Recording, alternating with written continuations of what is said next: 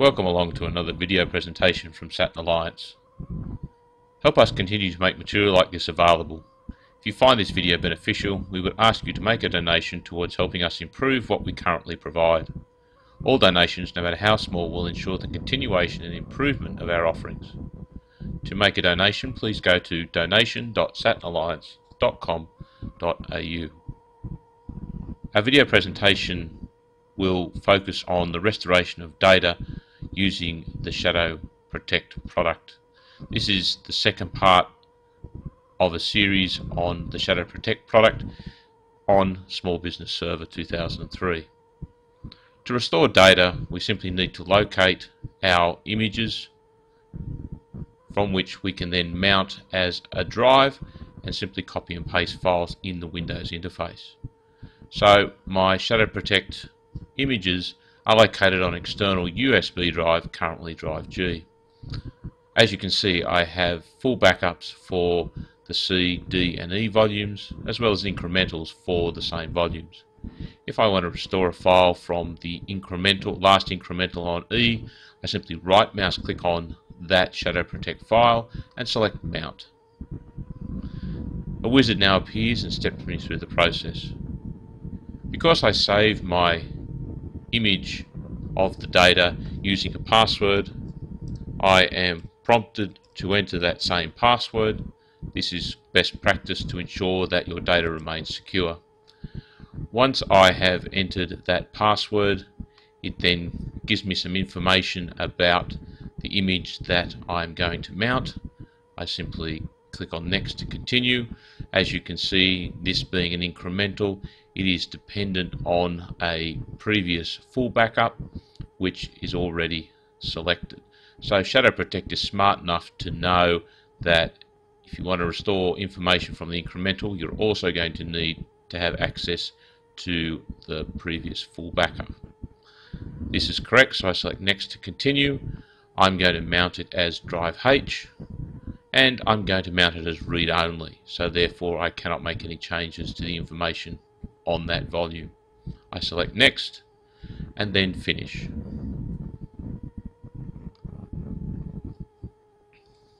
You'll now see that my machine indicates that I have a data drive H. This data drive H is now a mounted image of the backup, the incremental backup that I performed. To restore any files from here, I can simply go into that directory, copy, and then paste the original file back to wherever I wanted it. It is now a simple process to mount these volumes from incrementals taken throughout the day that your users can restore files from if wanted to, in the knowledge that they are read only. To dismount a drive, simply right mouse click on it and select Dismount and follow through the wizard to complete. The drive is no longer available.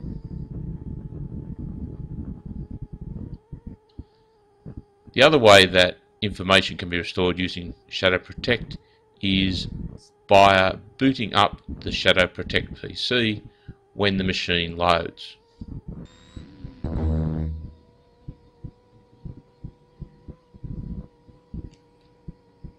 If we boot the machine with the StorageCraft CD inserted, we are presented with a number of boot selections.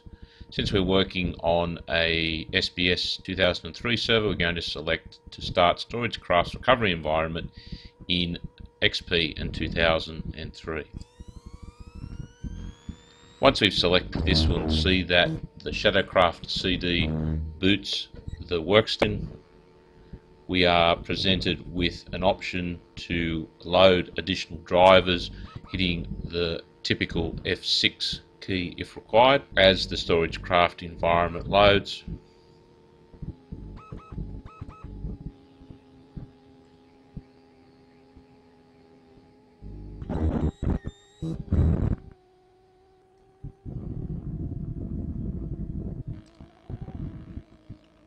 during the boot process of Shadow Protect, you'll be asked whether you want to start networking. hit OK to commence the generic networking that is incorporated in the Shadow Protect product. This allows you to map to resources across a network using TCP/IP protocols.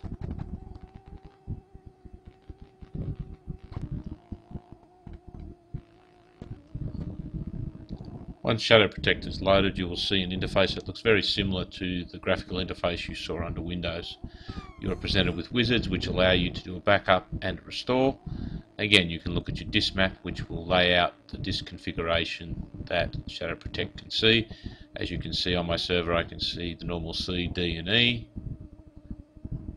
and also my external hard disk from which I'm going to restore. So to restore some information, what I'm going to do is I'm going to restore the whole of my E volume. I simply select the restore wizard. This now brings up the wizard. I select next to continue. I now have to locate the images. The images are located on the external hard disk, which I can now browse to. As you can see, I can locate my images. I'm going to restore the complete E volume back to the previous last incremental. So I select the last incremental file and go open. Again, because it's password protected, it asks me for the password prior to doing any restoration. This again looks very similar to our previous mounting example under Windows. Provides me with information about the incremental backup volume. I select next to continue. It now asks me where I wish to restore this information. I want to restore this obviously back into the E partition. Select next to continue. I select that I want it to go back to my data volume.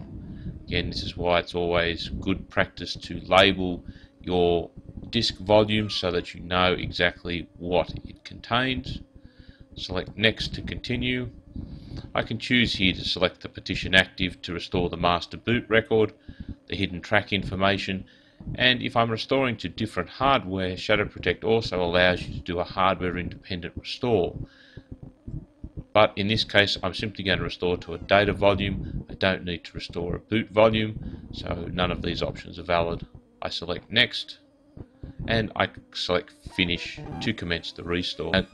Given an update and a progress of the restoration process, if I wanted to look at the details, which is always a good option so you can see exactly what's going on, simply select the details, and again you'll see the low level information displayed here as my volume is being restored. The advantage with restoring information or a whole volume this way is that you know that there will be no conflicts with open files or system files. Booting into the Shadowcraft recovery environment allows you to restore a server very quickly and very easily without the necessary requirements for loading Windows, cataloging a backup tape and whatnot. Shadow Protect allows you to restore from an image very quickly and very simply, whether that image be on a local external USB hard disk or stored somewhere across the network, because again, Shadow Protect has the availability to configuration on a network that would allow you to recover from things like network area storage devices. As you can see, the restoration of my data volume is now complete, and I am presented with the fact that there are no errors. If I now reboot the machine, it will come up normally with my data restored exactly as is. This has been another video presentation from Satin Alliance. If you have any questions, please feel free to contact us at www.satinalliance.com.au. Once again, thank you for watching.